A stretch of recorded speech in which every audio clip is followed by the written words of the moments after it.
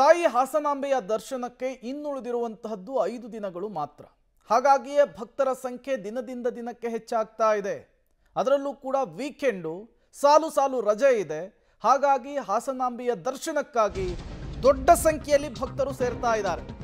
ಹಾಸನಾಂಬೆಯ ದರ್ಶನಕ್ಕೆ ಎಲ್ಲಿ ನೋಡಿದರೂ ಕೂಡ ಭಕ್ತ ಸಾಗರವೇ ನಿರ್ಮಾಣವಾಗಿದೆ. ಹಾಸನದ ಬಸ್ಗೆ ಫುಲ್ ಡಿಮ್ಯಾಂಡ್ ಕ್ರಿಯೇಟ್ ಆಗಿದೆ ಅನ್ನೋದು ಗೊತ್ತಾಗ್ತಾ ಇದೆ. ಬೆಂಗಳೂರಿನಿಂದ ಹೊರಡುವ ಬಸ್ಗಳಲ್ಲಿ ಸಹಸ್ರ ಸಂಖ್ಯೆಯ ಭಕ್ತರು ಸೇರ್ತಾ ಇದ್ದಾರೆ. ಗಂಟೆಗಟ್ಟಲೆ ಕಾದರೂ ಕೂಡ ಬಸ್ಗಳು ಸಿಗದೇ ಇರುವಂತಹ ಪರಿಸ್ಥಿತಿ. ಬರ್ತಾ ಇರುವಂತಹ ಬಸ್ಗಳೆಲ್ಲವೂ ಕೂಡ ರಶ್ ಅನ್ನೋದು ಗೊತ್ತಾಗ್ತಾ ಇದೆ. ಹಾಸನಾಂಬೆಯ ದರ್ಶನಕ್ಕಾಗಿ ಭಕ್ತ ಸಮೂಹವೇ ಅಲ್ಲಿ ಸೇರ್ತಾ ಇದೆ.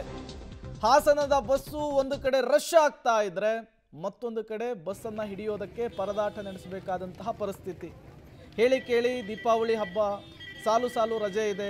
ಬೇರೆ ಬೇರೆ ಜಿಲ್ಲೆಗಳಿಗೂ ಕೂಡ ಬಸ್ಗಳನ್ನು ಹೆಚ್ಚುವರಿಯಾಗಿ ಬಿಡಬೇಕಾದಂತಹ ಪರಿಸ್ಥಿತಿ ಇದೆ. ಹಾಗಾಗಿ ಈಗ ಹಾಸನಕ್ಕೆ ಬೆಂಗಳೂರಿನಿಂದ ಪ್ರಯಾಣ ಬೆಳೆಸೋರಿಗೆ ಒಂದು ಹೊಸ ಟೆನ್ಷನ್ ಶುರುವಾಗಿದೆ. ಸಕಾಲಕ್ಕೆ ಬಸ್ಸು ಸಿಗ್ತಾ ಇಲ್ಲ ಅನ್ನೋದು ಗೊತ್ತಾಗ್ತಾ ಇದೆ. ಪ್ರಯಾಣಿಕರ ಸಂಖ್ಯೆ ತುಂಬ ಆಗ್ತಾ ಇದೆ, ಬಸ್ಸುಗಳ ಸಂಖ್ಯೆ ಕಡಿಮೆ ಆಗ್ತಾ ಇದೆ. ಹಾಗಾಗಿ ಪ್ರಯಾಣಿಕರು ಪರದಾಟ ನಡೆಸಬೇಕಾದಂತಹ ಪರಿಸ್ಥಿತಿ. ಹೇಗಿದೆ ಸದ್ಯಕ್ಕೆ ಸಿಚುವೇಶನ್ ಅನ್ನೋದನ್ನು ಈ ದೃಶ್ಯಗಳು ತೋರಿಸ್ತಾ ಇದ್ದಾವೆ.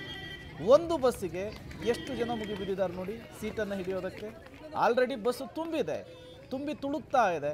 ಅದರ ನಡುವೆಯೂ ಕೂಡ ಪ್ರಯಾಣಿಕರು ಬಸ್ಸನ್ನು ಹತ್ತೋದಕ್ಕೆ ಹರಸಾಹಸ ಪಡ್ತಾ ಇದ್ದಾರೆ.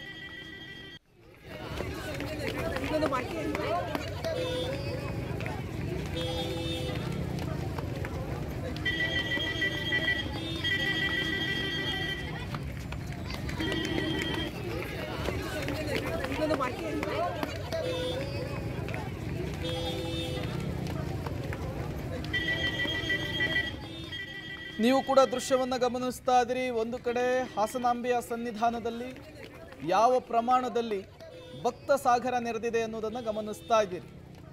ಮಹಿಳೆಯರು, ಮಕ್ಕಳು, ವೃದ್ಧರು ಸರತಿ ಸಾಲಿನಲ್ಲಿ ನಿಂತು ತಾಯಿಯ ದರ್ಶನವನ್ನು ಪಡೆಯುವುದಕ್ಕೆ ಮುಂದಾಗ್ತಾ ಇದ್ದಾರೆ. ಮತ್ತೊಂದು ಕಡೆ ಬೇಲೂರಿನಿಂದ ಯಾವ ಪ್ರಮಾಣದಲ್ಲಿ ಹಾಸನಾಂಬೆಯ ದರ್ಶನಕ್ಕಾಗಿ ಜನ ಮುಗಿಬೀಳ್ತಾ ಇದ್ದಾರೆ ಅನ್ನೋದನ್ನು ಕೂಡ ನೀವು ಗಮನಿಸ್ತಾ ಇದ್ದೀರಿ. ರಾಜ್ಯದ ಮೂಲೆ ಮೂಲೆಗಳಿಂದ ಇದೇ ರೀತಿ ಭಕ್ತರು ಈಗ ಹಾಸನಕ್ಕೆ ಎಂಟ್ರಿಯನ್ನು ಕೊಡ್ತಾ ಇರುವಂಥದ್ದು. ನಿನ್ನೆನೇ ಹತ್ತತ್ರ 10 ಕಿಲೋಮೀಟರ್ ಉದ್ದಕ್ಕೆ ಕ್ಯೂ ನಿಂತಿದ್ರು ಜನ, ಮಳೆಯ ನಡುವೆಯೂ ಕೂಡ.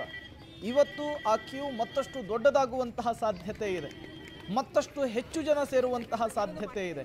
ಅದಕ್ಕೆ ಬೇಕಾದಂತಹ ಸಿದ್ಧತೆಯನ್ನು ಜಿಲ್ಲಾಡಳಿತ ಮಾಡಿಕೊಂಡಿದೆ ಅನ್ನೋದು ಗೊತ್ತಾಗ್ತಾ ಇದೆ.